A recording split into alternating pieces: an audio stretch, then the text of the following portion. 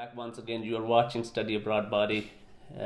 If you are new to my channel, you must know my name is Mohsen Malik along with Sohail Malik. Today we are going to talk about interview. Actually, I have already made a video about embassy interview, but recently I was approached by some clients and they asked me to make video in detail that what kind of questions they could be asked in embassy. तो आज हम बहुत ही detail में आपको बताने वाले हैं कि अगर एक स्टूडेंट जो एम्बेसी में स्टूडेंट वीज़ा के लिए इंटरव्यू देने जाता है तो उसको किस किस्म के क्वेश्चंस का सामना करना पड़ता है। तो वीडियो को आखिर तक देखें।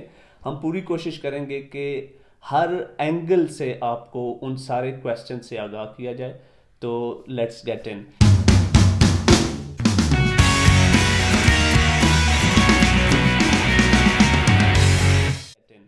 कोई भी अगर एक एप्लीकेंट एम्बेसी में जाता है तो उसको सबसे पहले जो फेस चीज़ें करनी होती हैं उसकी डिटेल के बारे में पूछा जा सकता है, जैसे कि उसका नाम है, उसकी डेट ऑफ बर्थ है, या उसका किस मुल्क से ताल्लुक़ है, जैसे कि सिटीज़न होती है कि वो कौन सी सिटीज़न रखता है, और उसके बारे में फिर पूछा जा सकता है कि उसने किस यूनिवर्सिटी में अप्लाई किया है, यूनिवर्सिटी का नाम पूछा जा सकता है, और फिर उससे पूछा जा सकता है कि उसने कौन सा प्रोग्राम सेलेक्ट किया है, और आपको प्रोग्राम का नेम बताना होगा। और उसके अलावा आपको ये भी पूछा जा सकता है कि आपका जो सिलेक्टेड प्रोग्राम है उसकी ड्यूरेशन कितनी है, तो आपको ड्यूरेशन भी बतानी पड़ेगी। आपको रिसर्च की भी हो इस पे कि कितनी ड्यूरेशन का आपका प्रोग्राम है। कोशिश करें कि अगर आपका कोई कंसल्टेंट भी अप्लाई कर रहा है,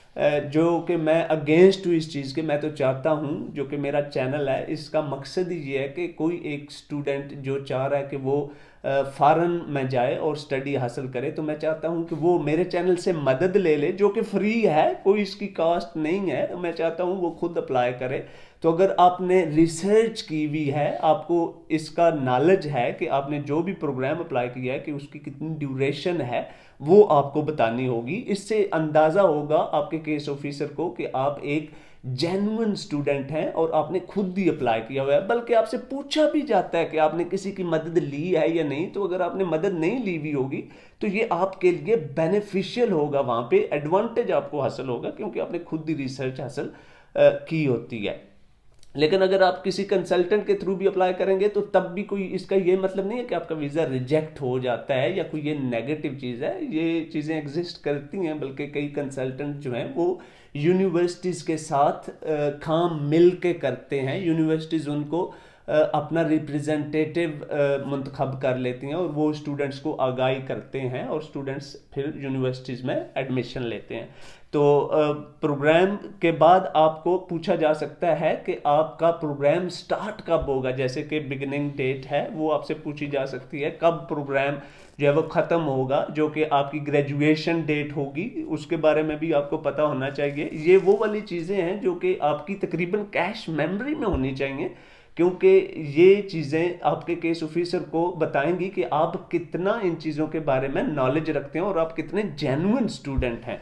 और फिर सिटी के बारे में डिटेल में पूछा जा सकता है, जिस सिटी में आपकी यूनिवर्सिटी हो। फॉर एग्जांपल सिटी जो है उसकी पॉपुलेशन के बारे में पूछा जा सकता है। ये वैसे जो क्वेश्चन है जो कि निटी ग्रिटी किसी भी सिटी की डिटेल के बारे में कोई पूछता है, ये रेयर केसेस में आपसे क्वेश्चन पूछे जा सकते हैं। वो भी सिर्फ इसलिए कि स्टूडेंट कितना नॉलेज रखता है। अगर जेन्युइन स्टूडेंट है तो फिर भी आपको पता होना चाहिए। हो सकता है कल आपसे ये क्वेश्चन सारे ना भी पूछे जाएं, लेकिन अगर आपको इनका नॉलेज होगा तो आपको वहाँ पे कॉन्फिडेंस हासिल होगा जब आपसे ये क्वेश्चन पूछे जाएं। तो पॉपुलेशन पूछी जा सकती है, अगर ना भी पूछी जाए तो आप खुद बता सकते हो, सिर्फ केस ऑफिसर का कॉन्फिडेंस हासिल करने के लिए कि जिस सिटी में एक स्टूडेंट जो है वो एडमिटेड है तो उस सिटी की कितनी पॉपुलेशन है। तो ये चीज़ आपको वहाँ पे कॉन्फिडेंस देगी और एडवांटेज आपको हासिल होगा इंटरव्यू के दौरान। और फिर यूनिवर्सिटी की आप लोकेशन बता सकते हैं कि वो जो यूनिवर्सिटी है जिसमें आप पढ़ने जा रहे हैं वो सिटी के किस साइड पे वाक़या है, ईस्ट पे, वेस्ट पे, या हो सकता है सेंट्रम में वाक़या हो, जहाँ पे सिटी है, तो ये आप बता सकते हैं, क्योंकि at the end of day you are talking about city जिसमें आपकी यूनिवर्सिटी वाक़या है। और उसके अलावा आपसे सिटी की आउटलुक पूछी जा सकती है या आप खुद बता सकते हैं आउटलुक, जैसे कि वहाँ पे अगर कोई लेक्स हैं, कोई अगर स्टेडियम है, आप उसके बारे में जिक्र कर सकते हैं।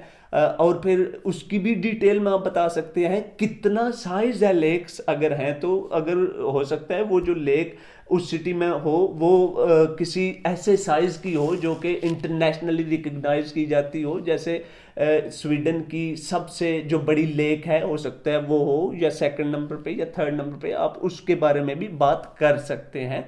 और उसके अलावा आप ये भी बता सकते हैं कि उस सिटी में कौन कौन सी एक्टिविटीज़ होती हैं। फॉर एग्जांपल अगर हम इसको भी डिस्कस करें तो आप बता सकते हैं कि विंटर में ये वाली एक्टिविटीज़ हैं। फॉर एग्जांपल स्कीइंग होती है, कुछ सिटीज़ हैं स्वीडन के जहाँ पे बहुत ज़्यादा स्नो पड़ती है और वहाँ पे लोग स्कीइंग के लिए जाते हैं सर्दियों में, और गर्मी, हाँ एग्जैक्टली, और गर्मियों में स्केटिंग के लिए जाते हैं। तो आप ये भी बता सकते हैं कि सर्दियों में वहाँ पे स्कीइंग होती है और गर्मियों में लोग स्केटिंग के लिए जाते हैं, स्केटिंग बोर्ड जिस पे लोग स्केटिंग करते हैं। और फिर आप बता सकते हैं अगर वहाँ पे कोई आइस हॉकी जैसे सर्दियों की एक और स्पोर्ट है तो वहाँ पे वो भी खेली जाती है, आप ये भी जिक्र कर सकते हैं। और उसके अलावा आप ये भी बता सकते हैं कि स्टूडेंट लाइफ वहाँ पे कैसी है उस सिटी में। फॉर एग्जांपल आप जिक्र कर सकते हैं कि डिफरेंट पार्ट में सिटी के हॉस्टल बने हुए हैं, लोग जो पढ़ने जाते हैं उस सिटी में या पढ़ते हैं वहाँ पे रहते हैं। आप जिक्र कर सकते हैं वहाँ पे जॉब्स की अपॉर्चुनिटीज़ क्या हैं। हो सकता है जिस सिटी में आप पढ़ने जा रहे हैं उस सिटी में बहुत ज़्यादा इंडस्ट्री लगी हुई हो, जैसे वेयर हाउसेज हैं, फैक्ट्रीज हैं, तो वहाँ पे स्टूडेंट्स को जॉब्स की अपॉर्चुनिटीज़ हासिल होती हैं। आप उनके बारे में भी जिक्र कर सकते हैं कि स्टूडेंट लाइफ वो बहुत ही बेहतर है। स्पोर्ट्स के मौके मुयस्सर हैं, जैसे कि वहाँ पे फुटबॉल की एसोसिएशन हैं, आप उनके बारे में जिक्र कर सकते हैं। हो सकता है कई जो सिटीज़ हैं वहाँ पे इंटरनेशनल स्टूडेंट्स जैसे एशियन हैं वो मोस्टली क्रिकेट में इन्वॉल्व होते हैं, वहाँ की ऑर्गेनाइजेशन के बारे में आप जिक्र कर सकते हैं। तो इस तरह की बातें आप उनको बता के अपना कॉन्फिडेंस जो है वो एनहांस कर सकते हैं और आपको एडवांटेज हासिल होगा। उसके अलावा आपसे प्रीवियस स्टडीज़ के रेलेवेंट भी क्वेश्चन पूछे जा सकते हैं, जैसा कि आप की जो ये सिलेक्टेड स्टडी है जिस यूनिवर्सिटी में आप एम रखते हैं पढ़ने का, तो ये कैसे आपकी प्रीवियस स्टडी से मैच करती है, कितनी रेलेवेंट है, आप इसके बारे में भी बता सकते हैं। मैं हर वीडियो में बताने की कोशिश करता हूं कि आप मोस्ट रेलेवेंट प्रोग्राम जो है उसको चूज करें, उससे आपको एडवांटेज हासिल होता है, आपका एडमिशन भी आसानी से हो जाता है और फिर जो केस ऑफिसर है वो भी आप पे कॉन्फिडेंस करता है और आपको वीज़ा देने की वो पूरी कोशिश करता है, या कम से कम वो नीयत रखता है कि आपको वो वीज़ा दे, क्योंकि आपने most relevant study program choose किया। और उसके अलावा आपको यहाँ पे आके पढ़ाई करने में जो आपके स्टडी है उसको मुकम्मल करने में आपको आसानी होती है, क्योंकि उसका आपको जो फाउंडेशन लेवल है वो पहले ही पता होता है, आपकी प्रीवियस स्टडी में आपने हासिल किया होता है। और इसके अलावा वो पूछ सकते हैं जी कि why Sweden, why not any other country, और why not in your country. ऐसा भी हो सकता है, बहुत से प्रोग्राम्स ऐसे हैं जो पाकिस्तान में भी ऑफर होते हैं। वो ये भी कह सकते हैं कि आप पाकिस्तान में क्यों नहीं पढ़ रहे, अगर या कोई इंडिया से आ रहा है तो वो ये कह सकते हैं कि आप वाई नॉट इंडिया, तो why not Pakistan, why Sweden, इसका आंसर आपने करना है।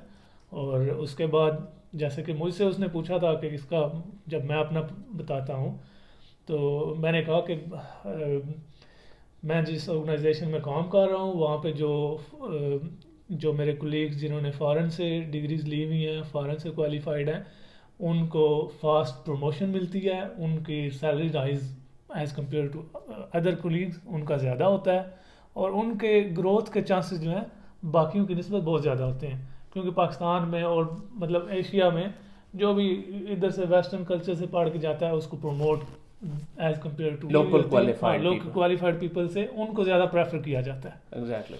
तो उसके बाद होता है जी कि वो आपसे पूछ सकते हैं कि how will you make living, आप जहाँ पे जा रहे हैं वहाँ पे आप कैसे अपने आप को सपोर्ट कैसे करेंगे, वो आपने बताना है कि आपको कौन स्पॉन्सर कर रहा है, आपकी खुद की सेविंग है तो वो खुद की बताएं, लेकिन मेक श्योर जो ऑथेंटिक आपकी इंफॉर्मेशन है वो बताएं। अगर आपको पेरेंट्स सपोर्ट कर रहे हैं, पेरेंट्स का बताएं। और फिर आपको जब वो फर्ज करें आप पेरेंट्स का बताते हैं, तो वो फिर आपसे ये भी पूछते हैं मैं और कि आपके पेरेंट्स का प्रोफेशन क्या है, आपका सोर्स ऑफ इनकम क्या है पेरेंट्स का। तो हम एक और चीज़ यहाँ पे क्लियर कर दूँ, हम जो भी क्वेश्चन यहाँ पे आप तक पहुँचा रहे हैं ये अपने एक्सपीरियंस और अपने नॉलेज के हिसाब से पहुँचा रहे हैं। हमारा ये कोई दावा नहीं है कि यही क्वेश्चन आपसे पूछे जाएंगे। ये मोस्ट रेलिवेंट क्वेश्चन है जो पूछे जा सकते हैं। मे बी इनमें से 2-4 पूछें, मे बी यही क्वेश्चन किसी और एंगल से वो पूछे। तो आप मेक श्योर करें कि आप जब भी इंटरव्यू के लिए जाएं अपनी ये जो एटलीस्ट हम जो आपको क्वेश्चन बता रहे हैं इनके बारे में रेडी होके जाएं, और बाकी इसके ज़्यादा से ज़्यादा जितना नॉलेज इकट्ठा करके जाएं वो आपके लिए फ़ायदेमंद होगा। हाँ, ये फिर आपको स्टेटमेंट प्रेजेंट करनी होती है जी और ये स्टेटमेंट जो है वो एप्लीकेंट के नेम पे होनी चाहिए। एग्जैक्टली और पूछा जा सकता है कि ये किसने आपको पैसा दिया है जो आपके अकाउंट में बिल्कुल है। अगर आपको आपके पेरेंट्स ने दिया है तो उनका प्रोफेशन पूछा जा सकता है, जैसे सुहेल ने जिक्र किया है। तो उनका जो प्रोफेशन पूछा जाएगा वो सिर्फ इसलिए पूछा जाता है कि ये पैसा वाकई लेजिट है, कानूनी तौर पे है अर्न किया हुआ, या ये वाकई आपके पेरेंट्स का अपना पैसा है, या ये झूठ बोला जा रहा है। सिर्फ इन चीज़ों को वो इन्वेस्टिगेट करने के लिए पूछते हैं और ट्रेजेक्ट्री ऑफ मनी फाइंड करते हैं, जैसा कि आपके पेरेंट्स ने शायद जॉब के ज़रिए अर्न किया हो, ये पैसा बिजनेस के ज़रिए अर्न किया हो, या कोई inherent like how they have generated this money। Exactly, या मे बी कोई इनहेरेंट प्रॉपर्टी बेची हो जिससे ये पैसा आया हो, और ये आपको वहाँ पे शो करना होता है एक स्टेटमेंट के ऊपर, जो आपको मैं पहले बता चुका हूँ कि स्टेटमेंट पेश करनी होगी। सम टाइम ऐसा भी होता है कि अगर आपकी कोई ऐसी अनएक्सपेक्टेड ट्रांजैक्शन हुई भी हो तो उसके बारे में, स्पेसिफिक ट्रांजैक्शन के बारे में भी वो पूछ सकते हैं कि ये इतनी बड़ी ट्रांजैक्शन आपके अकाउंट में हो रही है, ये कहाँ से पैसे आए हैं। मतलब eight the end of the day उनका मकसद यही होता है उस पॉइंट को फाइंड आउट करना जहाँ से उनको ट्रू इन्फॉर्मेशन मिले, आप अपने आप को सपोर्ट करने के काबिल हैं, जहाँ पे आप जा रहे हैं वहाँ पे आपने रहना है, रहन सहन फी हर चीज़ को आप अफोर्ड कर सकेंगे। इंडीड ये बहुत ही इम्पॉर्टेंट क्वेश्चन होता है जो कि आपको बिल्कुल क्लियर करना होता है, क्योंकि केस ऑफिसर का ये मकसद होता है कि आप इस मुल्क में आ रहे हैं तो आपको फाइनेंशियली प्रॉब्लम ना हो।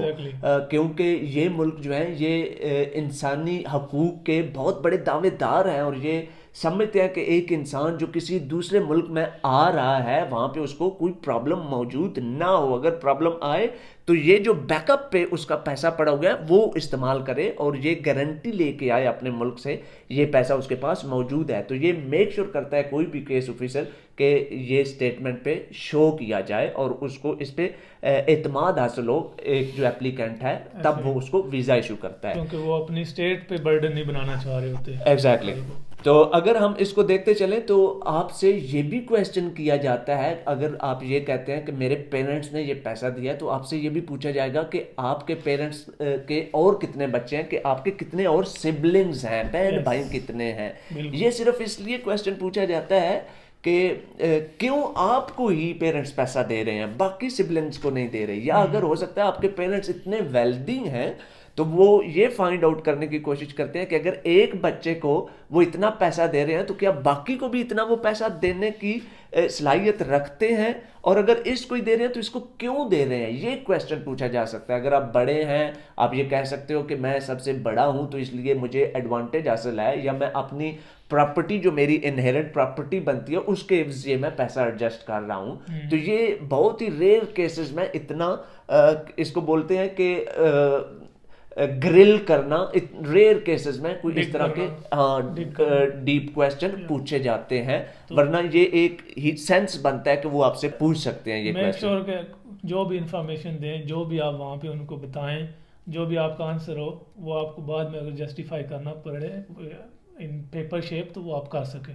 एग्जैक्टली, एविडेंस अगर देना पड़े तो वो दे सकें आप। हाँ, जिस तरह अगर कोई बंदा कहता है कि फर्ज करें एक बंदा कह रहा है जी कि हमारे प्रॉपर्टी या जैसे रेंट आता है तो हम इनकम जनरेट करते हैं. May be they can, case officer can ask you provide us the papers. yes, evidence. हाँ. Then you have to provide your property paper, like that this is our property and my father or me or whoever is the owner of owner. this responsible. Exactly. तो make sure करें वहाँ पे true information provide करें या कोई ऐसी information provide करें जिसके ऊपर आप स्टैंड भी कर सकें, प्रूव कर सकें. बिल्कुल, बिल्कुल. और उसके अलावा आपसे ये भी क्वेश्चन पूछा जा सकता है कि आपका जो घर है जहाँ पे आप रहते हैं क्या वो आपके बिल्कुल. अपने नेम पे है, पेरेंट्स के नेम पे है, या रेंटल जो प्रॉपर्टी है उसमें आप रह रहे हैं. और फिर उसका साइज पूछा जाता है और ये भी पूछा जा सकता है कि वो फर्निश्ड है, अनफर्निश्ड है. बिल्कुल. ये मेक श्योर करें जो एशिया से स्टूडेंट आते हैं उनको इस चीज़ की सारों को सेंस नहीं होती कि अगर आपको हाउस के बारे में क्वेश्चन किया जाए तो आप शायद ये बताना चाहते हैं वहाँ पे कि इतने स्टोरी है, इतने उसके फ्लोर हैं. ये मैटर करता है, ठीक है. You can talk about that your house is having so many floors. आप Like ये how बता. luxury is your house or हाँ. whatever. तो एक्चुअली जो वो पूछना चाहते हैं वो पूछना ये चाह रहे होते हैं कि आपका हाउस जो है वो फर्निश्ड है, अनफर्निश्ड है. इंटरनेशनल लेवल पे ये टर्म यूज होती है, फर्निश्ड Exactly. और अनफर्निश्ड. जो फर्निश्ड हाउस होता है वो एक्सपेंसिव होता है, कास्ट आती है उसकी बिल्ड करने के लिए. तो ये प्रूव करता है कि आपकी फैमिली वेल्दी फैमिली है जहाँ से आप बिलोंग करते आपका हैं. स्टैंडर्ड जो है वो मैच करता है जहाँ आप जा रहे हैं. एग्जैक्टली. और उसके अलावा फिर आपसे आपका फ्यूचर का प्लान पूछा जा सकता है कि आप स्टडी मुकम्मल करने के बाद और स्टडी हासिल करेंगे स्वीडन में या आप अपने मुल्क को वापस चले जाएंगे.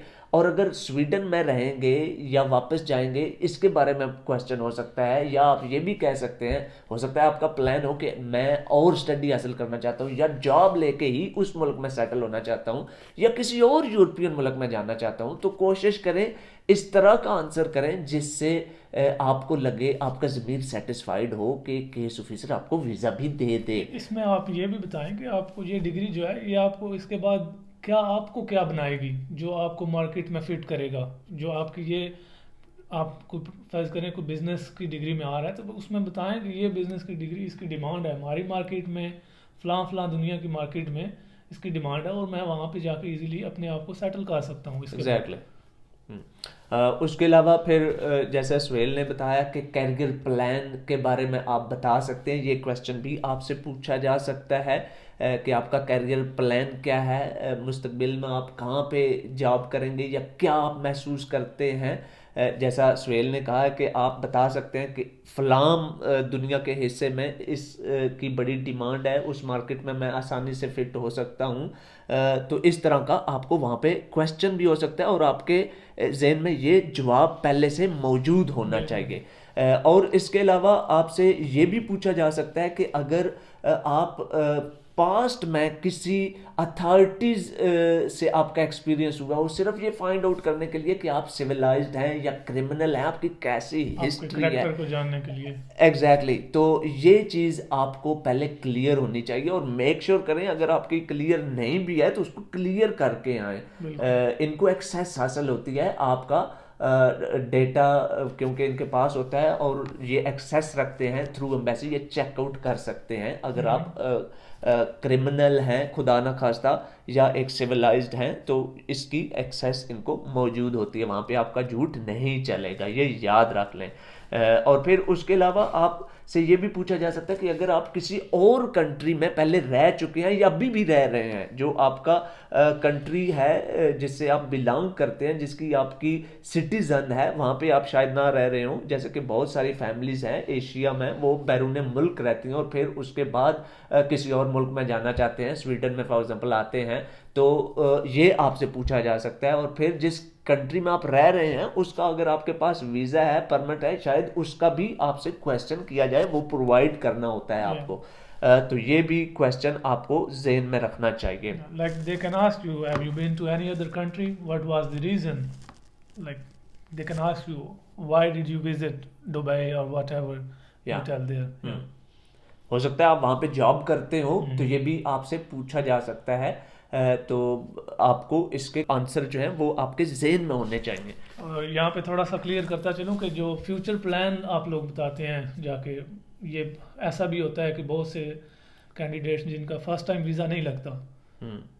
सेकंड टाइम थर्ड टाइम वो उनको वीज़ा मिल जाता है। लेकिन आप जो फ्यूचर प्लान फर्स्ट टाइम बताएं, कोशिश करें सेम फ्यूचर प्लान अगले में भी बताएं, और ताकि वो उनके पास आपके प्रीवियस जो होता है रिकॉर्ड, जो पहले आपने अप्लाई किया, जो आपका इंटरव्यू था, वो सारा कुछ आपका सेव्ड होता है, मौजूद होता एग्जैक्टली। है। तो आपके फ्यूचर प्लान सेम हो, अगर सेम नहीं भी हैं, चेंज हो रहे हैं, तो आप उसको थोड़ा सा वहाँ पे ऐसी स्टेटमेंट दें कि पहले मेरा ये प्लान था, अब मैं ये करना चाहता हूँ। तो एग्जैक्टली। ये आपकी चॉइस है, आप अपना फ्यूचर प्लान किसी टाइम चेंज कर सकते हैं। लेकिन अगर आप किसी को इंटरव्यू एज ए रिकॉर्ड, आपका ये रिकॉर्ड जा रहा होता है उनके पास, तो जब आपका रिकॉर्ड हो रहा है कोई चीज़, तो उसमें अगर कुछ चेंजेस ला रहे हैं आप, तो वो बताएं कि मैं पहले मेरा ये प्लान था, अब मैं ये करना चाहता हूँ। एग्जैक्टली। और उसके अलावा कुछ केसेस में आपसे केस ऑफिसर डिमांड करता है कि कुछ क्वेश्चंस के आंसर आप पेपर पे लिख के दें। जैसे कि कुछ प्रोग्राम्स हैं, उनको स्वीडन में आइल्स की एग्जाम्पशन होती है, किसी भी इंग्लिश सर्टिफिकेट की ज़रूरत नहीं होती। तो इन चीज़ों को मद्देनज़र रखते हुए केस ऑफिसर जानने की कोशिश करता है कि जो एप्लीकेंट है उसका इंग्लिश का लेवल कैसा है। तो वो ये चाहता है कि कुछ क्वेश्चन जो हैं वो पेपर पे आंसर करे स्टूडेंट, और फिर वो सेम पेपर केस ऑफिसर को भेजे जाते हैं जो कि स्वीडन में आते हैं, और फिर केस ऑफिसर खुद उनको देखता है कि जो एप्लीकेंट ने आंसर किए हैं वो कितने इंग्लिश का लेवल रखते हैं, और फिर उसमें वो रियलिटी बेस भी चेक करता है कि कितनी रियलिटी पे मबनी है।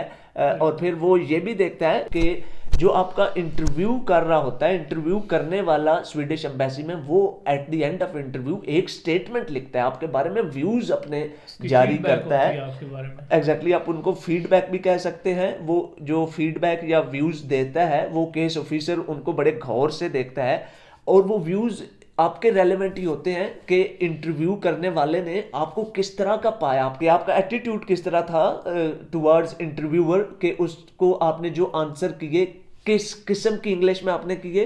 वो उसमें ये भी लिखता है कि जो इंटरव्यू देने आया है इसका मैंने इंग्लिश का लेवल कैसे पाया है, और इसका उठना बैठना और बात एग्जैक्टली भी मेंशन कर सकते हाँ हैं। वो मेंशन करता है। और फिर जो केस ऑफिसर है जो इंटरव्यू करने वाला है, उसकी व्यूज, उसकी स्टेटमेंट आपके बारे में, उसको भी ज़हन में रखता है, और फिर जो आपने खुद पेपर बेस्ड आंसर किए होते हैं उनको भी वो मद्देनजर रख के फैसला करता है, और उनमें वो देखता है कि कितनी सिमिलैरिटी है जो इंटरव्यू करने वाला है उसकी स्टेटमेंट में और आपके जो पेपर पे आंसर आपने किए होते हैं उनमें। हो सकता है कुछ मैच ना करता हो, डिफरेंस आ रहा हो, तो वो फिर केस ऑफिसर के पास फैसला करने का राइट होता है कि वो इंटरव्यू करने वाले पे यकीन करे या जो आपने पेपर पे आंसर किए होते हैं उन पे यकीन करें। तो ये मेक श्योर करें जो भी आप इंटरव्यू देने जा रहे हैं इन चीज़ों पे गौर करें, और अपना टाइम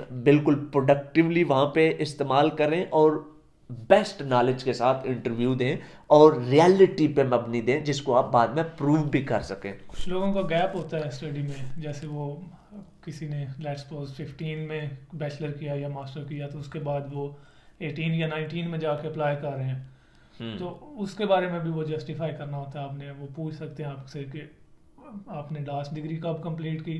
सम टाइम आपसे वो ये भी पूछ सकते हैं कि कितने % आपके मार्क्स थे लास्ट डिग्री में, सीजीपीए एग्जैक्टली। तो ये चीज़ें भी आप अपने माइंड में रखें, क्योंकि ये चीज़ें तो आपकी ज़िंदगी, आपके प्रोफाइल का हिस्सा है ना, ये तो आपको याद होनी चाहिए ज़ुबानी, हर चीज़ आपके माइंड में होनी चाहिए, ये भी आप याद रखें। और दूसरा, आप जब कोई गैप वाला बंदा वहाँ पे जा रहा है जिसका स्टडी गैप है, तो जैसे मैं अपना बताता हूँ, मेरा स्टडी गैप था 3-4 साल का।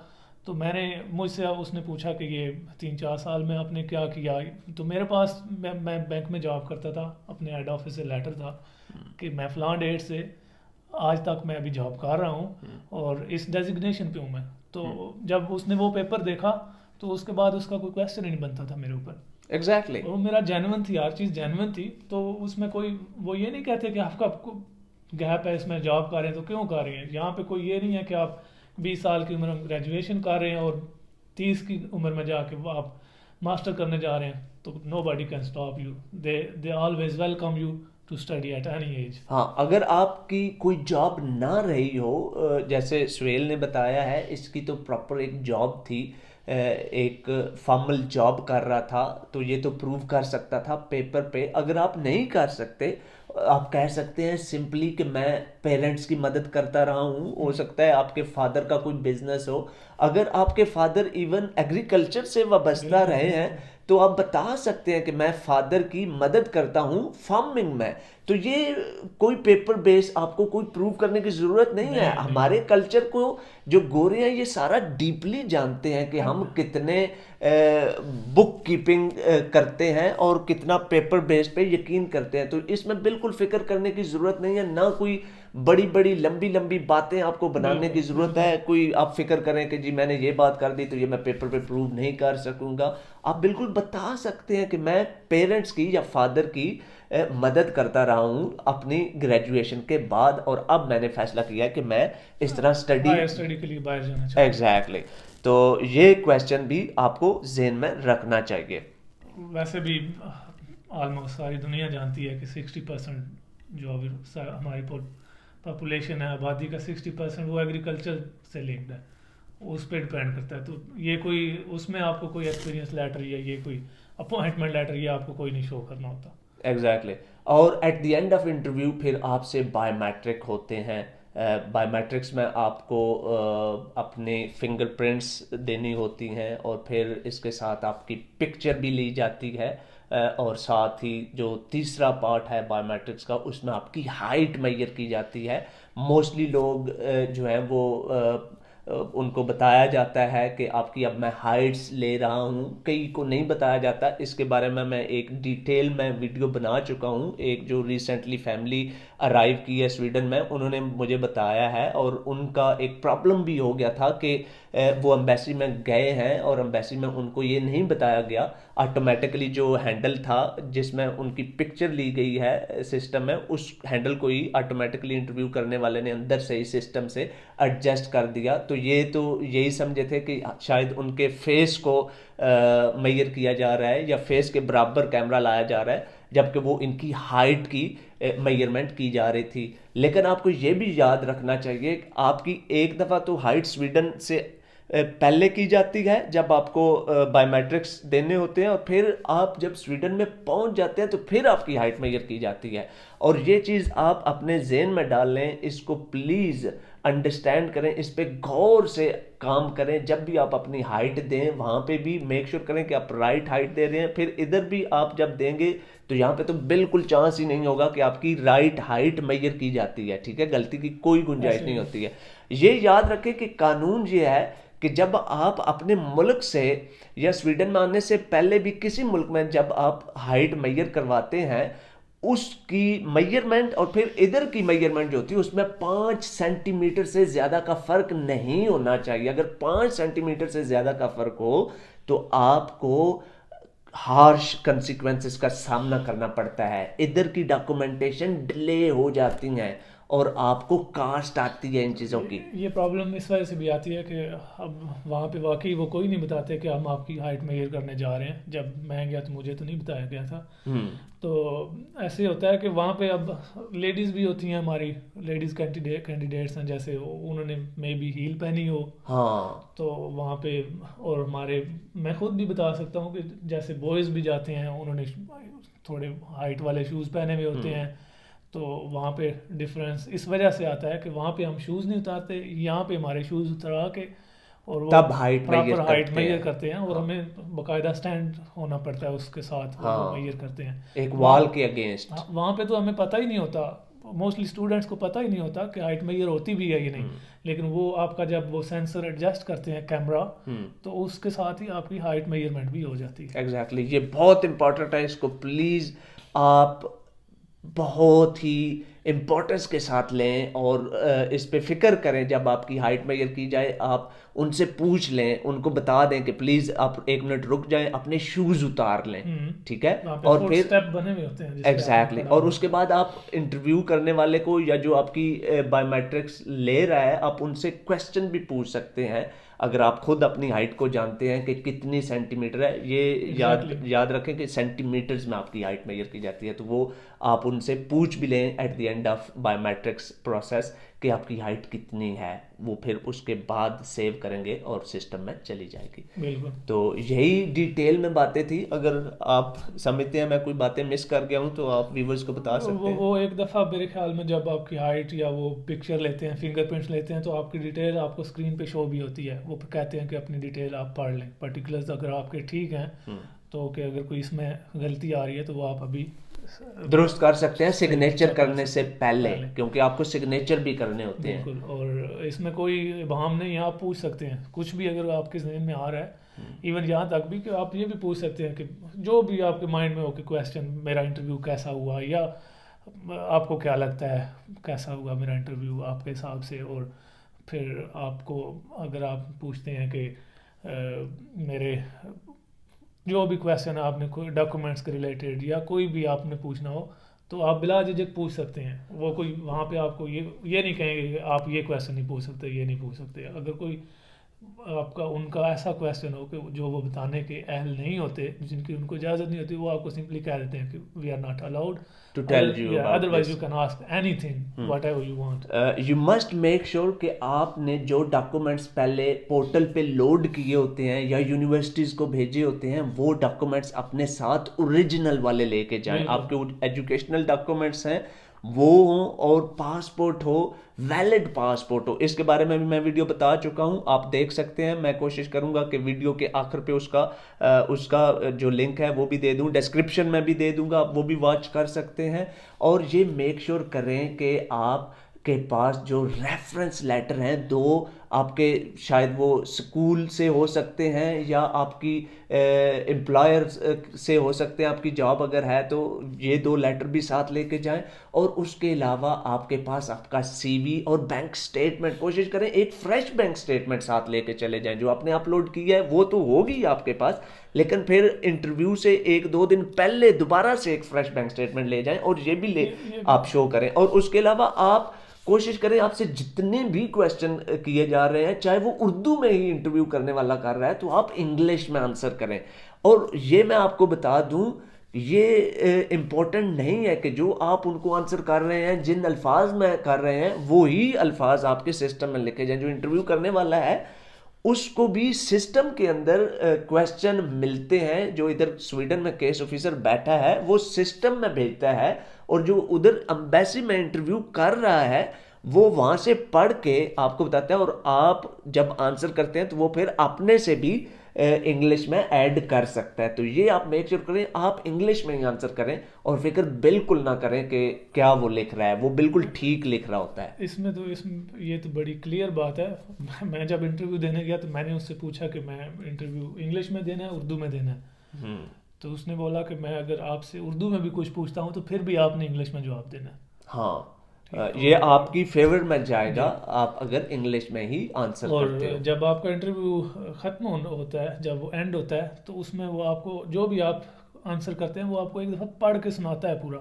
हाँ, आप ये भी राइट रखते ये हो। मैंने क्वेश्चन किया, आपने ये आंसर किया है, ये मैंने लिखा है। हाँ। इसमें उस टाइम भी अगर आप चेंज करवाना चाहें कि नहीं सर ये मैं इस तरह आंसर किया है या मैंने ये ऐसे बताया है, आप प्लीज़ इसमें चेंज वो कर देते हैं। हाँ, ये सबमिट करने से पहले वो सारा आपसे दोबारा रिवाइज करवा लेते हैं, रिपीट करके आपको बता देते हैं कि ये मैंने आंसर किया इस क्वेश्चन का, ये आंसर इस क्वेश्चन का।